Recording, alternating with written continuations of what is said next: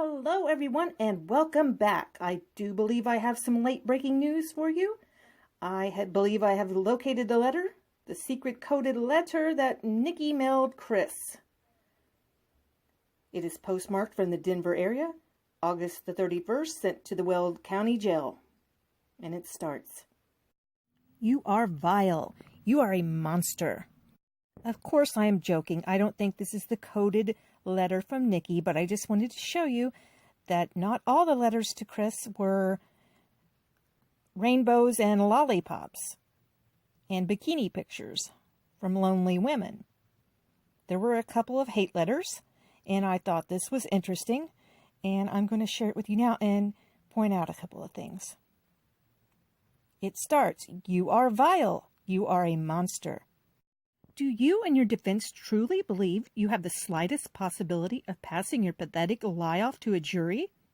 You are a cheat. You are a liar who can stand in front of a TV camera and lie through your teeth. And you are a murderer of a beautiful pregnant woman and her two adorable children. It will not take a jury 2 seconds to see through your BS. You are already being called a psychopath, and psychopaths usually end up rotting in jail. Let me tell you your future. You will be found guilty, and you will be sentenced to 3, possibly 4 consecutive life terms in prison. I'm quite certain you will think that is your justice, or rather your victim's justice, which will not be entirely true. Your punishment is going to be fully realized when the other inmates learn what you did. They could have committed unimaginable violent crimes, but child abusers and child murderers are considered the lowest form of scum on earth. Your physical abuse will be horrific from the top gang members where you are housed. And that abuse will also be brutal.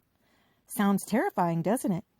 And you will be living it 24/7 for 3 consecutive life sentences.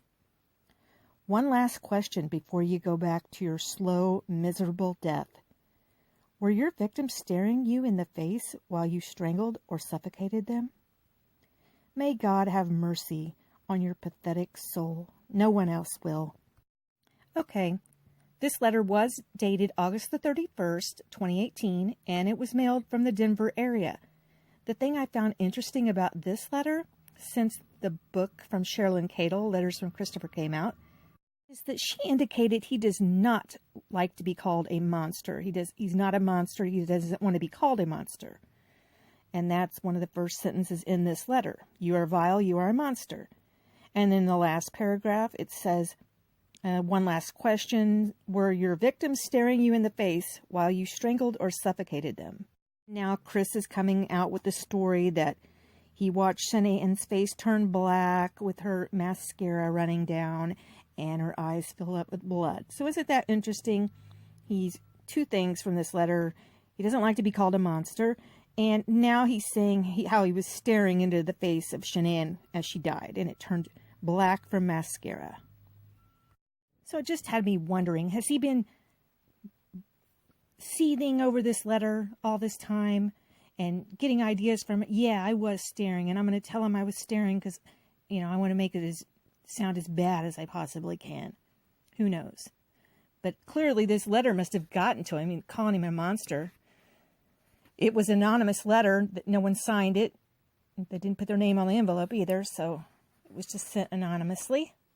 There was one other hate mail type of letter sent to him that I found pretty funny.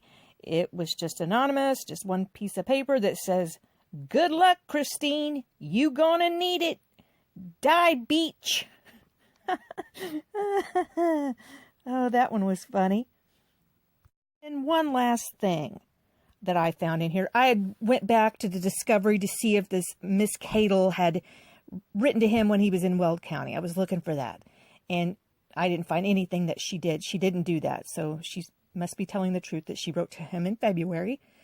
But I did find something interesting while looking for Cadle.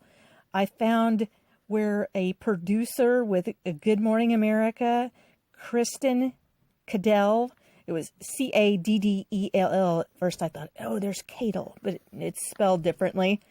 But she sent 2 separate letters, and they're both postmarked the same date, and they're sent from the Denver area. She says that she's in Denver probably to cover the story, because they're dated 8/19, just days after he was arrested. But what I found funny about this is that this lady here was the lady that Chris Hansen from To Catch a Predator was having an affair with, and the show Cheaters had followed him and caught him cheating on his wife with this lady here. So I thought that was kind of just a funny coincidence. But going back to the first Vile Monster letter, how spot on was that person? He predicted that Chris would be sentenced to 3 consecutive life sentences. Well, Chris was sentenced to 3 consecutive life sentences, but he was actually sentenced to 5 life sentences. 3 of them were consecutive, 2 of them to be served concurrently. So they were pretty spot on with that. He did get 3 consecutive life sentences, but they didn't predict the 2 extra life sentences to be served concurrently. So they were pretty spot on. Wonder who this was. Thought it was a pretty funny letter. All right, just wanted to share these with you. Thanks for listening. Bye.